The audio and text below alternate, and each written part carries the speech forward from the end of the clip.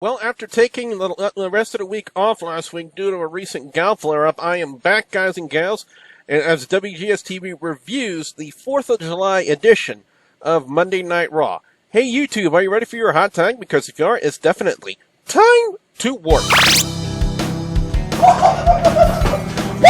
Hey guys, it's the Insane Machine Cody Hawkins, and you're watching WGS-TV.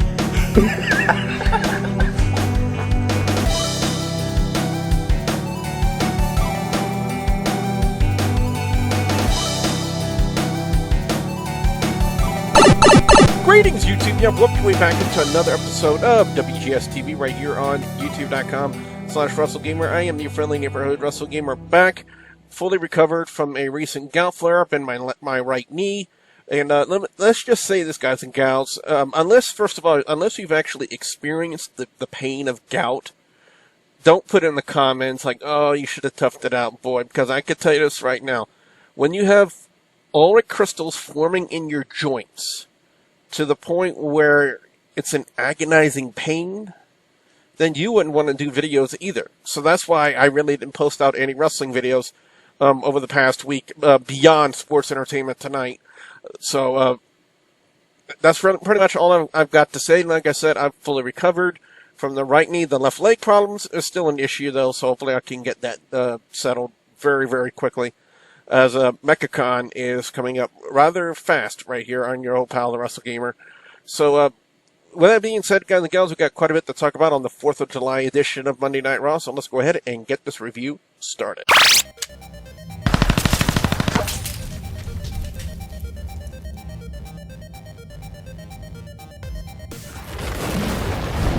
Let me just say this, it's a holiday edition. It's a holiday show of Monday Night Raw. And traditionally, holiday shows in WWE really haven't been spectacular, in a sense. You know, they're Christmas shows, Thanksgiving shows. So I really wasn't expecting much out of a holiday show, let alone it being the 4th of July show. I really didn't expect much, considering, like I said before, holiday shows in WWE really haven't gone very well. And of course, they would open up with a food fight. Why, I don't know.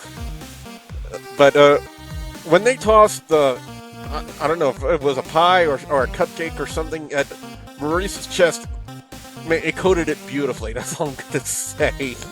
I don't know where else to go beyond that, but of course, we would open up with the United States Championship match, with it being the 4th of July edition of Monday Night Raw, with Rusev defending the title against Titus and Neil, who was dressed in red, white, and blue garb, or just like the shorts or something like that.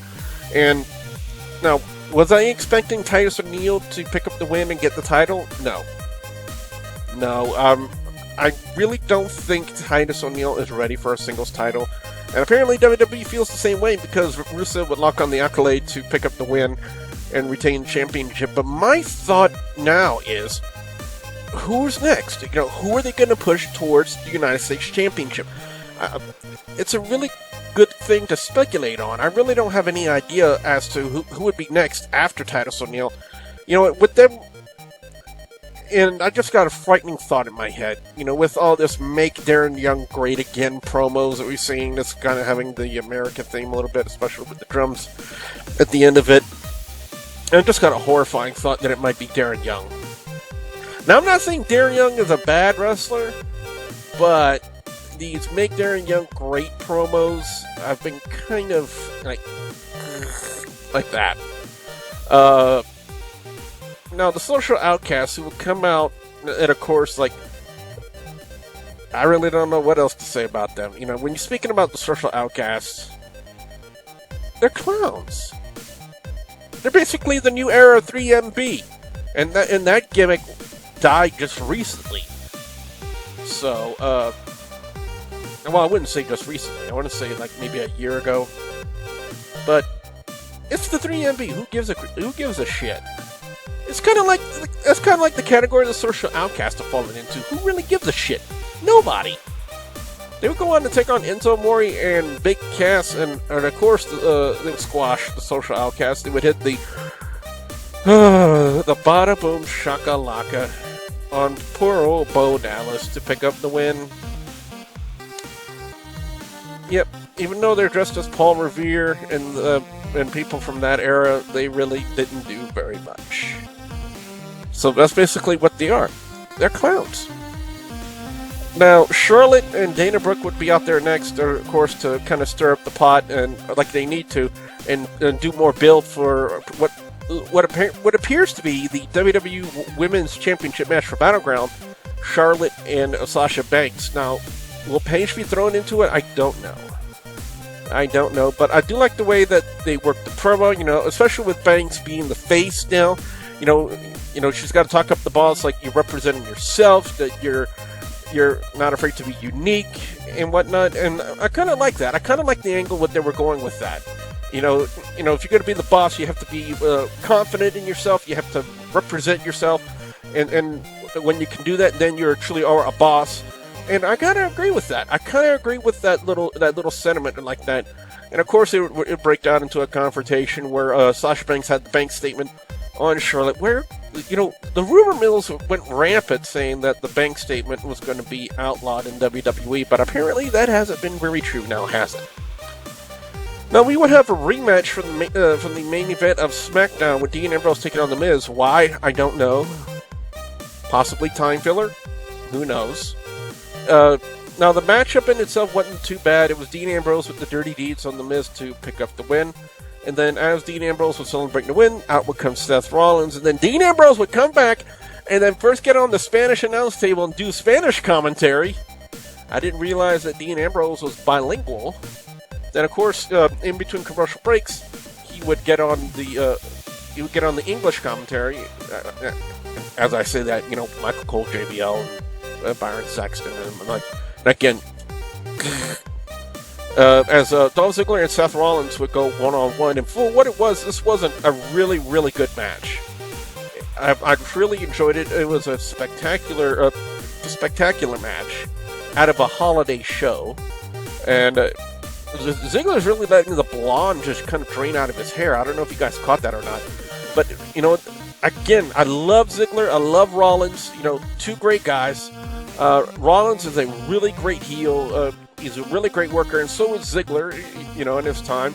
And it came down to Rollins hitting the pedigree on Dolph Ziggler. Now, if you guys remember at the end of last week's Monday Night Raw when Seth Rollins pedigreed Dean Ambrose, where Dean Ambrose would get a measure of revenge by attacking Seth Rollins while he was doing his promo on the announce table, and then he would hit the Dirty Deeds on the Spanish announce table, which did not break, by the way. Normally, we're accustomed to seeing that Spanish announce table just be obliterated. But when he hit the Dirty Deeds, it did not break. But that's how they would end it. But now, with the weeks leading into, as we approach closer and closer to the SmackDown, the brand split, as I'm trying to talk after, it's late after Monday Night Raw. We've been seeing a lot of cameo appearances from former general managers. Teddy Long, John Laurinaitis. We even see Corporate Kane there, and of course, what would it be without an appearance from Vicki Guerrero? Excuse me! She got so much heat right off the bat, just after the first "excuse me." That's when you know that the crowd really respects the gimmick to hate it that much. And Vicki Guerrero's been gone for quite some time, and then just one "excuse me" later, and then the whole crowd just hates the crap out of her, and that's what I love about it. That's what I love about her. Would I love to see her in a bikini? Hell fucking no. But she works a great gimmick. She works a great heel gimmick.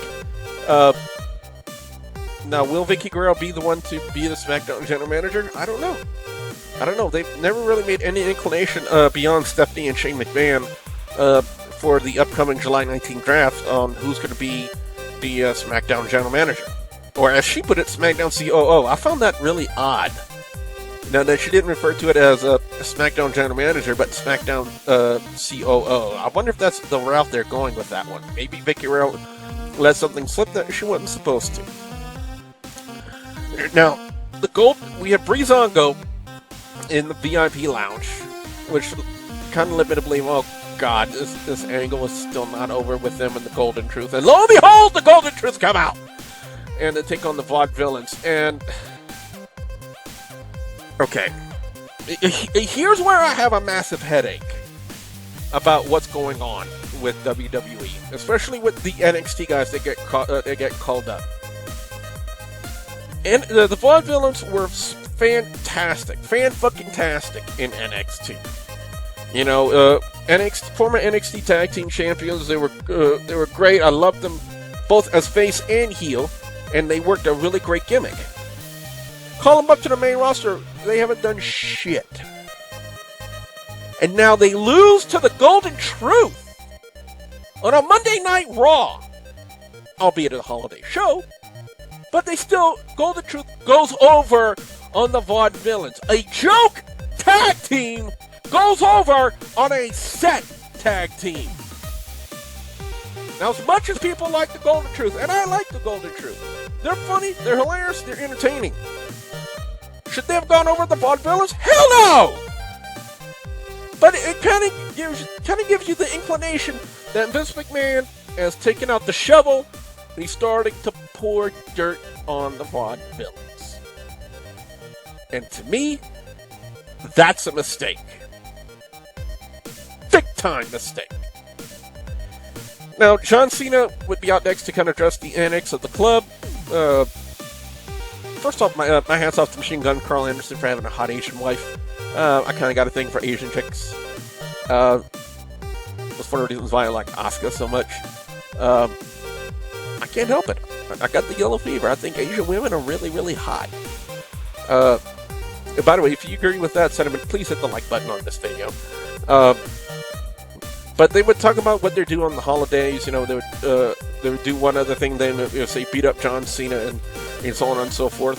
And I kind of knew they were going to bring another tag team into the mix. The Usos wouldn't have made any sense because been there, done that. We don't need to see any more of the Usos and the club. Now, personally, I wanted to see the American Alpha be called up just for this and back up John Cena, because technically it's the 4th of July show. They are American Alpha. It would have tied in perfectly to the show. If you're having a holiday show about the 4th of July, why not have American Alpha a part of it?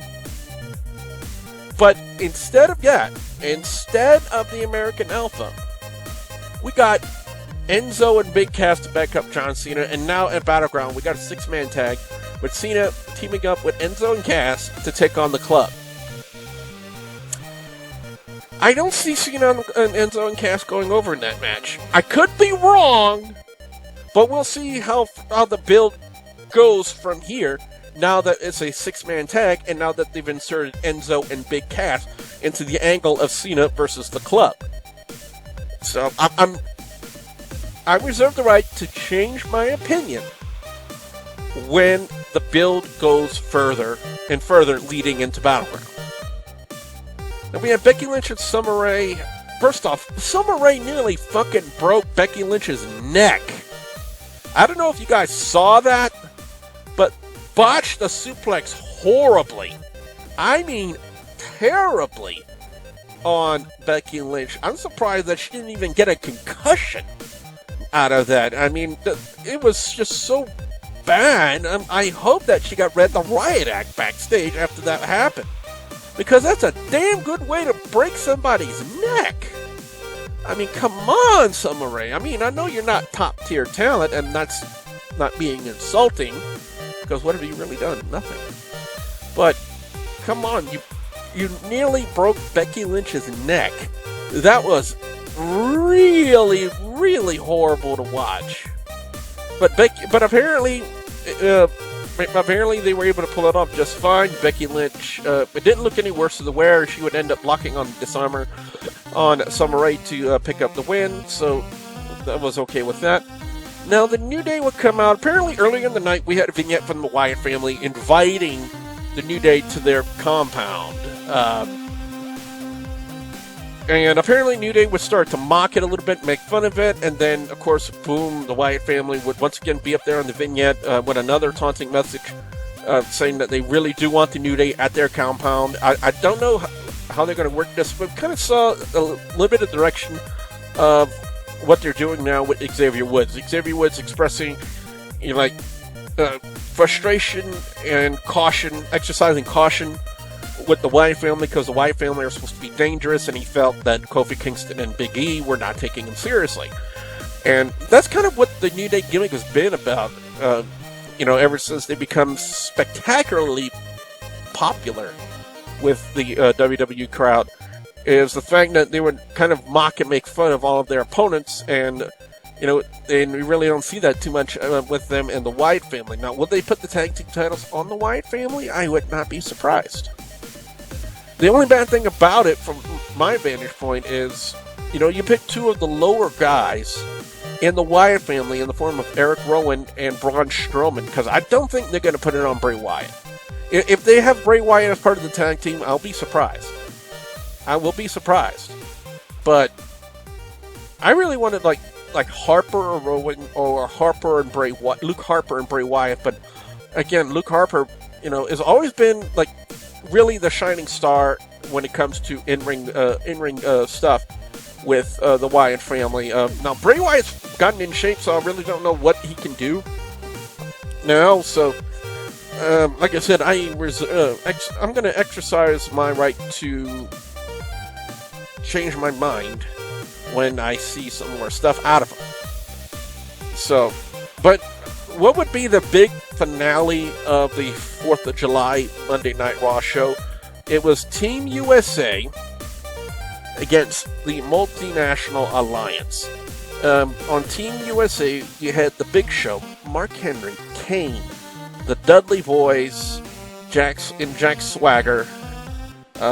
Let me check my notes real quick here. I probably should have had that up before I start talking about it. Let's see. Well, let me just go through the eliminations really quickly. Okay, it was Zack Ryder, Big Show, Mark Henry, the Dudley Boys, and Kane, and Apollo Crews against the Multinational Alliance of the Lucha Dragons, Alberto Del Rio, Sami Zayn, Kevin Owens, Chris Jericho, and Sheamus. Now, here are the eliminations that I have. Sin Cara was the first one eliminated by the Dudley Boys with the 3D. Then it would be Kalisto. I believe after you hit either a springboard splash or Sheamus hit a bro kick. It happened really quickly, so I didn't catch it very quickly. But it was Kalisto eliminating Bubba Ray. Cesaro would lock on the sharpshooter on Devon. Jericho would hit the codebreaker on Jack Swagger. Mark Henry hit the world's strongest slam on Kalisto. Kevin Owens would literally hit a pop-up powerbomb on Mark Henry. But I think we've seen that one time before, so I'm not really surprised by it. Owens would then hit Sami Zayn, his own tag team partner, with a steel chair, which constituted disqualification. And what I don't understand is, how do you get disqualified? Kane would get disqualified when he hit Kevin Owens with a steel chair. Why would he get disqualified when he hit someone who was not even involved in the match with a steel chair? Kevin Owens was already eliminated. I don't understand, the thinking beyond that. Then after Sami Zayn, who got wailed on, not only by Kevin Owens, but he ended up getting chokeslammed by Kane as he was leaving. Apollo Crews would pin him. Then Sheamus would hit a bro kick on Apollo Crews. Then Cesaro would turn on the rest of the team, which were heels, and then he would get eliminated. Big Show would then hit the knockout punch on Jericho. Then it would be Big Show hitting the chokeslam on Del Rio. And then finally, it was Zack Ryder. Yes, Zack Ryder hitting the Rough Rider on Sheamus as Team USA picks up the win, and they cap off the 4th of July Monday Night Raw. Now, was I expecting this to be a spectacular Monday Night Raw? Not in the slightest, because it's a holiday show. But I said it at the onset of this review, WWE holiday shows have never really been all that spectacular. But for what it was okay. I know a lot of people in the IWC who put out reviews kind of like I do would kind of maybe disagree with that. I've seen a couple of people's reviews who say, kill me now, horrible Monday Night Raw review. But, That's their opinion. I respect their opinion. And another person's opinion that I respect are everyone out there. So what I want to know from you guys out there, the viewers and subscribers, your thoughts on Monday Night Raw this week. What are your overall scores? What are your picks for best and worst match or segment of Monday Night Raw? I definitely want to hear what you guys out there have to say. Be sure you put your comments in the comment section below. Don't forget to like, favorite, and subscribe. Don't forget to check me out on Sports Entertainment Tonight live every Tuesday night at 8 p.m. Central Time until further notice, because the TV studio. I know the guys are trying to get a different time slot, especially with the brand split happening and SmackDown moving to Tuesdays. So as soon as I know something, I'll pass it on to you guys. Don't forget the WGS Arcade every day, 9 a.m. Central Time. I'm going to get back to that as soon as I work out the hiccups in the Quantum Break video I got coming up. So be sure you look for that. And as always, guys and gals, I'll have a couple of videos in the annotations at the end of this video for you guys to check out as well. So with that being said, I am your friendly neighborhood Wrestle Gamer, and I will see you at the next Warp Zone. Bye, guys! Alright, you watch your oxygen now.